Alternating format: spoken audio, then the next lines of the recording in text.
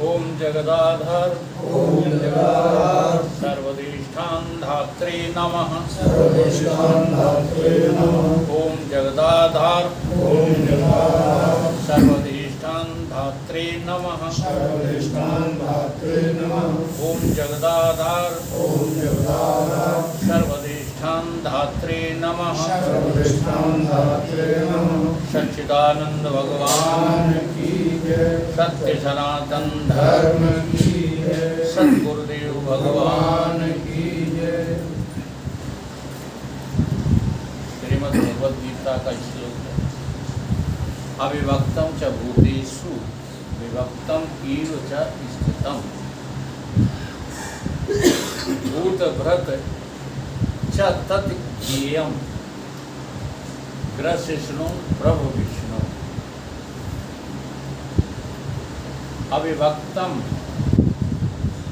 आत्मा या परमात्मा कैसा है? अविभक्त। अविभक्त का मतलब आज तक उसमें कोई भी हिस्सा अलग नहीं हुआ। अविभक्त का मतलब होता है अब वो विभक्त सा दिखता है। तो समष्टि की दृष्टि से यहाँ भगवान जी कह रहे हैं कि वो विभक्त सा कैसा दिखता है? भूत व्रत है। भूत व्रत का अर्थ क्या है? सारे भूतों को पालन करने वाला, सारे भूतों का भरण पोषण करने वाला कौन है? विश्व भरण पोषण कर जोई। हाँ, ये कौन है? अब ये संघात पूरा तुम्हारा किसका बना हुआ है? पंचभूतों का। और इनका भरण पोषण कौन कर रहा है? अगर यहाँ जो है तुम वाच्य अर्थ करोगे तो नाम निकलेगा किसका? विष्णु का। कौन करता है भरण पोषण? विष्णु भगवान। और लक्ष्य से यदि जो है देखोगे तो आत्मा के अतिरिक्त और कोई है, लेकिन वो विभक्त सा नजर आता है तो तुम्हें लगेगा, अगर तुम जीव नहीं हो तो तुम्हें लगना ही नहीं चाहिए कि कोई विष्णु पालन करते हैं। और यदि लगता है, अब यहाँ जरा जो है बारीकी से पकड़ना, नास्तिकों को भी लगता है कि कोई ईश्वर नहीं है, कोई भरण पोषण करने वाला नहीं है। लेकिन नास्तिकों को इसके साथ में एक बात और लगती है कि जो कुछ करता हूँ वो मैं करता हूँ, मैं करता हूँ। ये अज्ञानी मान स्वयं बंध जाते हैं, कृत अकृत अभिमान में बंधे हैं नास्तिक लोग।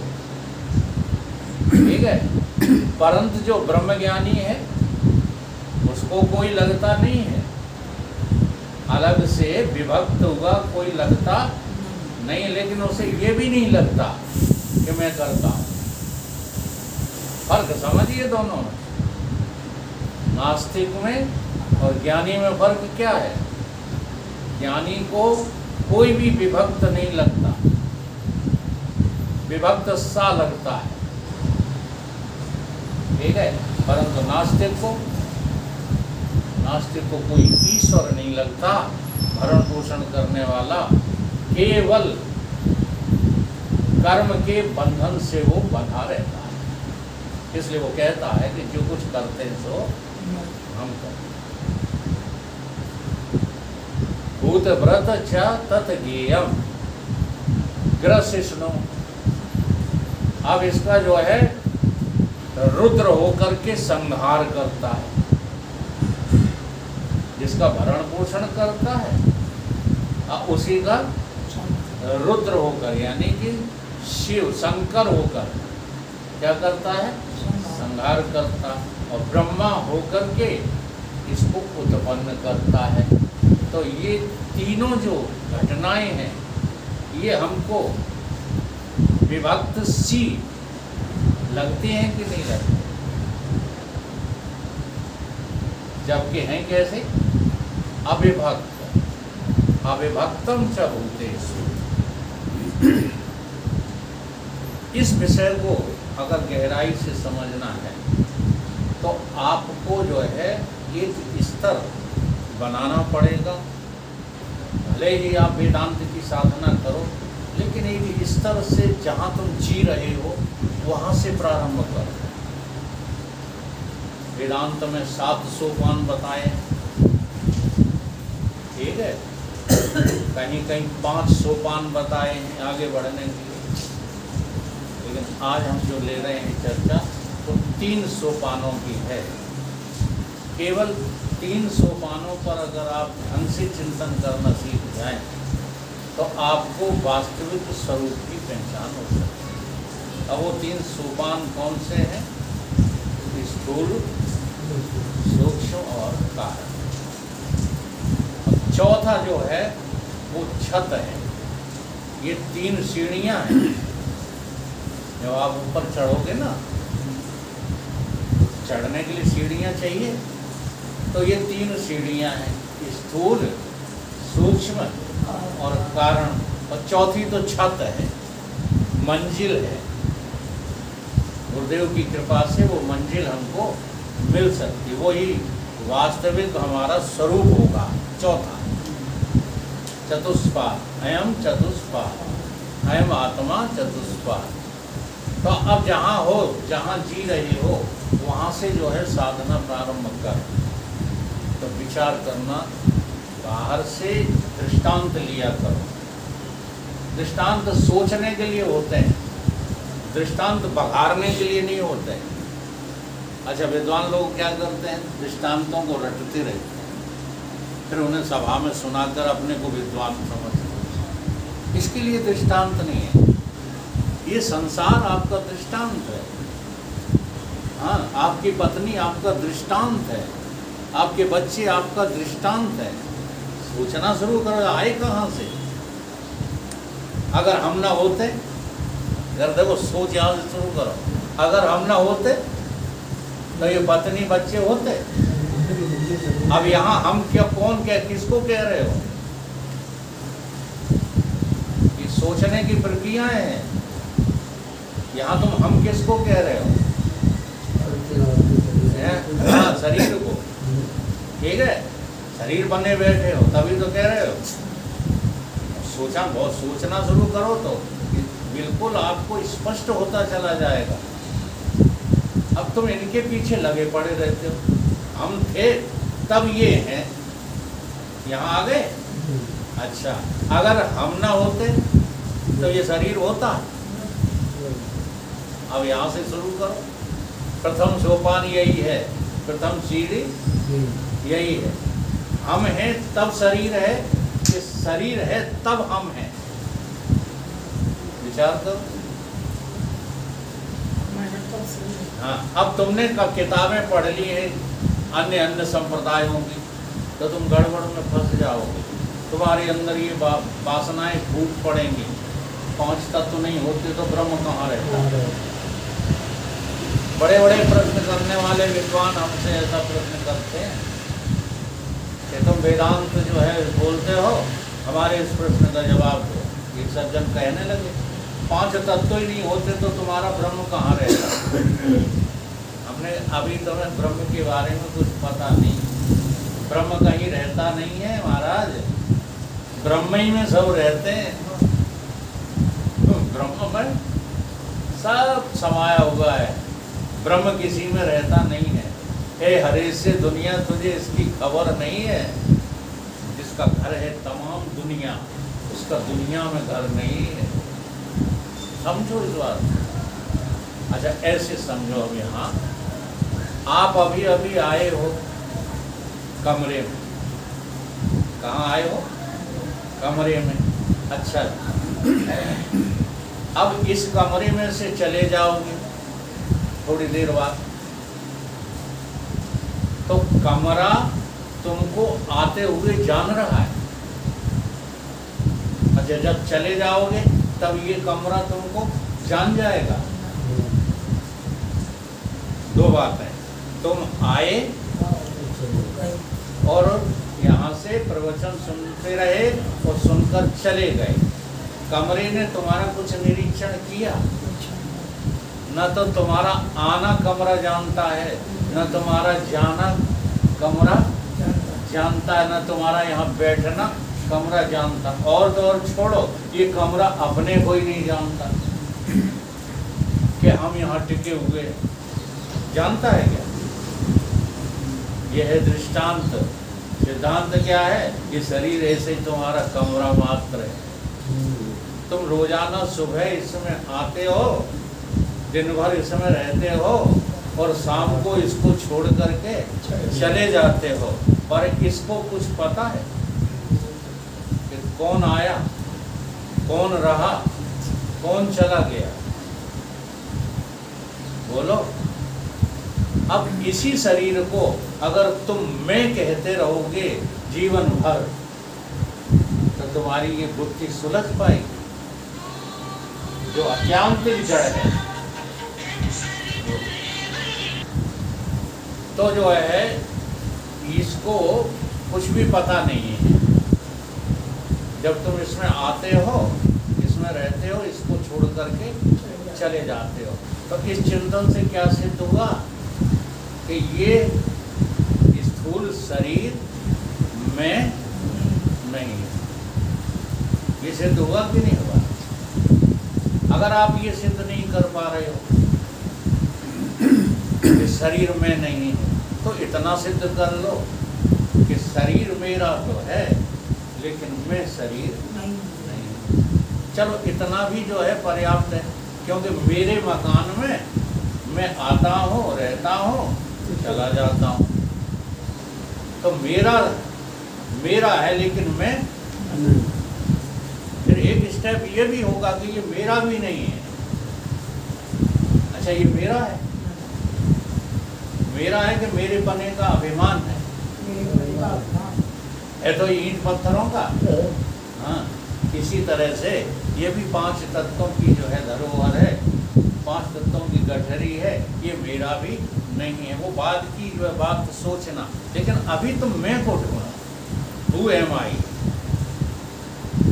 जो आता है। अब देखो कितनी गहरी प्रक्रिया समझ में क्यों नहीं आती।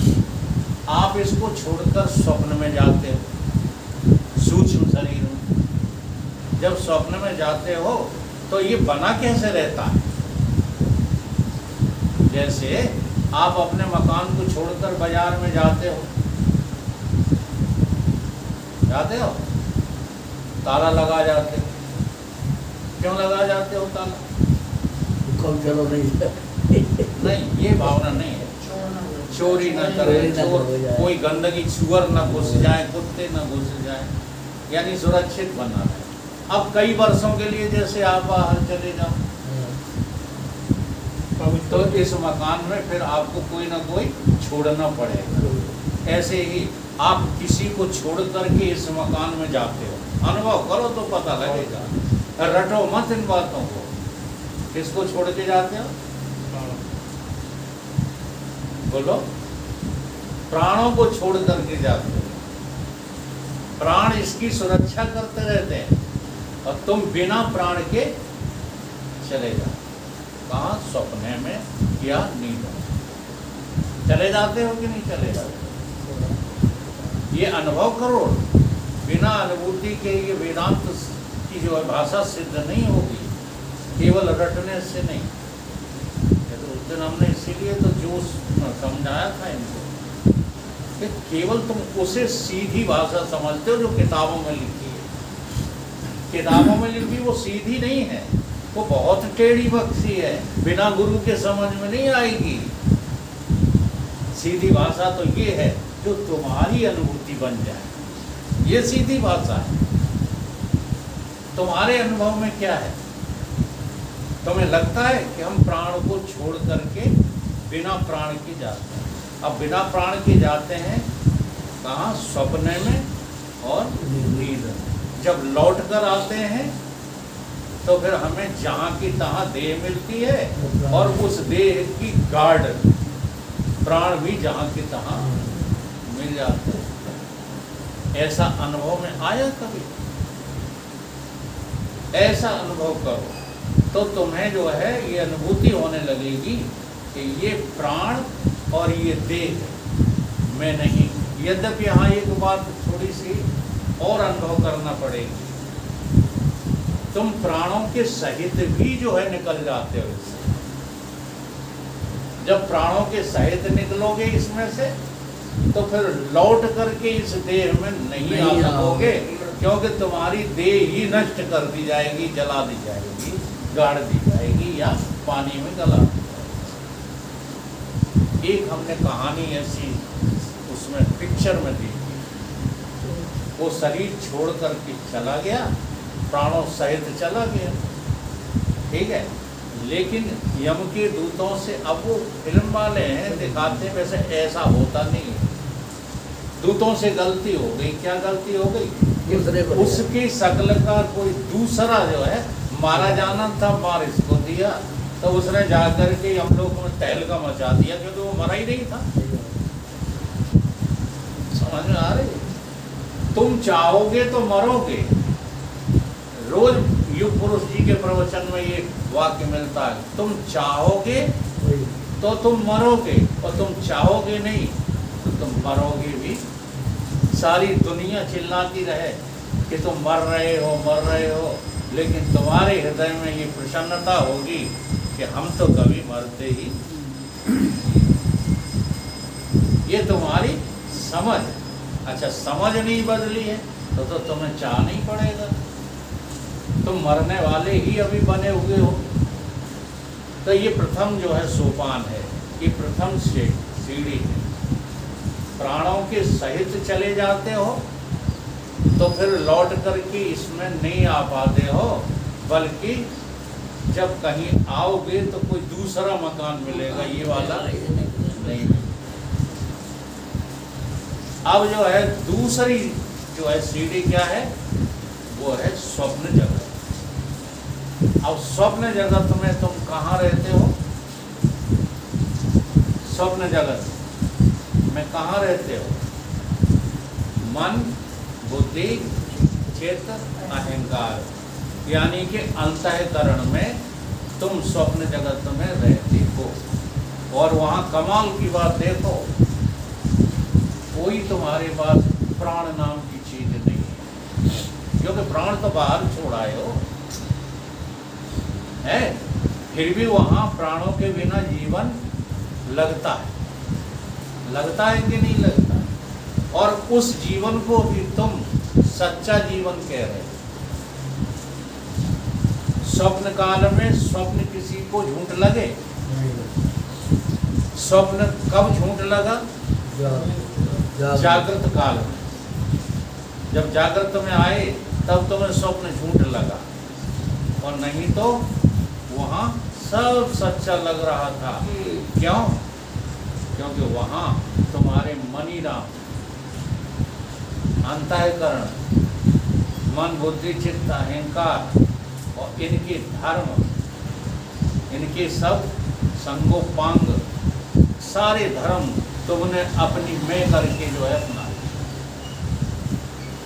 तो जब तुम मन को मैं कहते हो तब तुम सूक्ष्म जगत में जी रहे हो, और जब तुम तन को मैं कहते हो तो तुम स्थूल जगत में जी रहे हो। तुम इनमें से कोई नहीं हो, ये ध्यान रखो। अनुभूति क्या करो कि तन तो तुम हो ही नहीं, तुम हाथ नहीं, तुम पाँव नहीं, तुम नाक नहीं, तुम आँख नहीं, ये तुम हो ही नहीं। और सूक्ष्म जगत में जब जाओ तो अनुभव करो इस बात का कि हम यहाँ रह रहे हैं। कहाँ? मन में, बुद्धि में, चित्त में, अहंकार में हम रह रहे हैं। ये मैं नहीं हूँ। मैं बुद्धि हूँ क्या? मैं चित्त हूँ क्या? मैं अहंकार हूँ? ये अनुभव करो, ठीक है। अब ये उदाहरण ले रहे हैं स्वप्ने का, जागृत का। अब इस मन को भी छोड़ करके तुम कहाँ जाते हो? सुसुप्ति में। ये सुसुप्ति तुम्हारा बीज रूप है। जैसे बीज में से वृक्ष निकल पड़ता है, कैसे ही है ये नींद। इस संसार का, देह का, स्थूल और सूक्ष्म का क्या है? बीज है। कबीर बाबा ने एक बहुत बढ़िया जो है इस पर दोहा लिखा है, देखो स्मरण में आ जाए।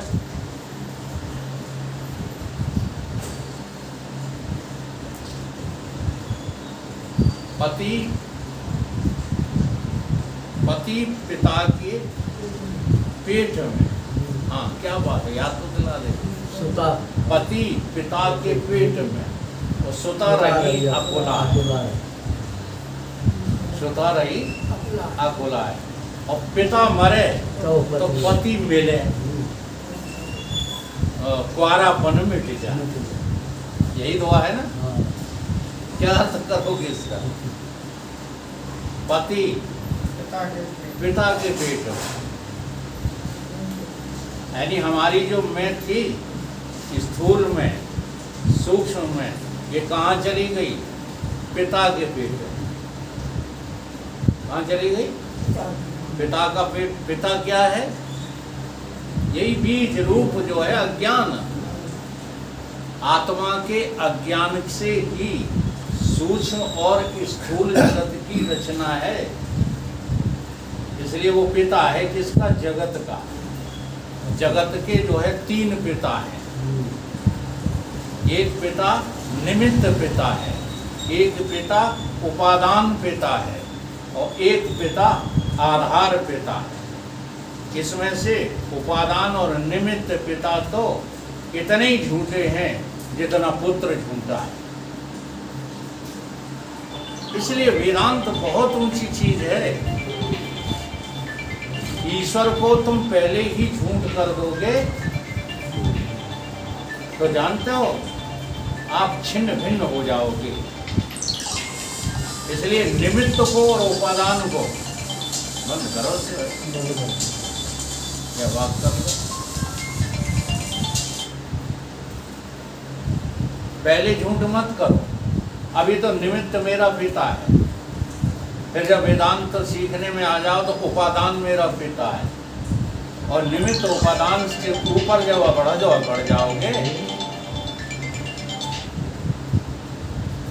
तो अधिष्ठान तुम्हारा पिता है, आधार तुम्हारा पिता है। अब कहाँ चला गया पति? मैं कहाँ चली गई? अज्ञान में। अब ये अज्ञान जब मिटे तो ये तुम्हारी सच्ची में फिर बाहर निकले। तो सुता माने बुद्धि अकुला रही थी। बुद्धि सहित जो चेतना है उसी का नाम तो जीव है, और यही बुद्धि जो है विचलित रहती है। संसार में कितना भी कमा खा ले, संसार में कितना भी मिल जाए, भूख इसकी बनी ही रहती। कभी मिटती है क्या? कभी नहीं मिटती। तो ये अकुलाती रहती है। अब पिता मर गया। कौन मर गया? अज्ञान समाप्त हो गया जब गुरु की कृपा से।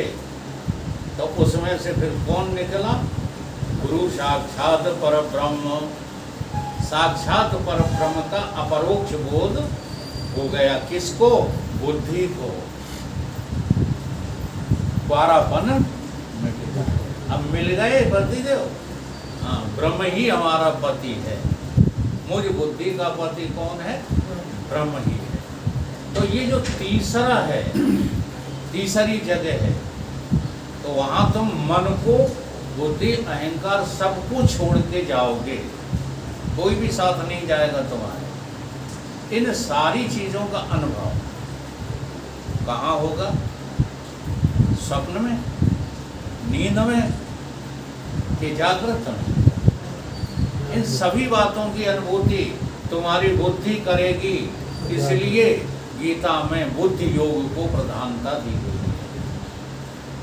यद्यपि जो है ये मन, चित्त, अहंकार की ही जो है अंग है, संगोपांग है, लेकिन बुद्धि की महिमा इतनी है कि सबको मिटाएगी बुद्धि। बुद्धि क्या करेगी? स्थूल जगत को खत्म करेगी अनुभव करके, सूक्ष्म जगत को खत्म करेगी अनुभव करके, और लास्ट में जब ब्रह्म को पाएगी तो स्वयं भी खत्म हो जाएगी। स्वयं भी रहेगी नहीं, लेकिन जब तक ब्रह्म नहीं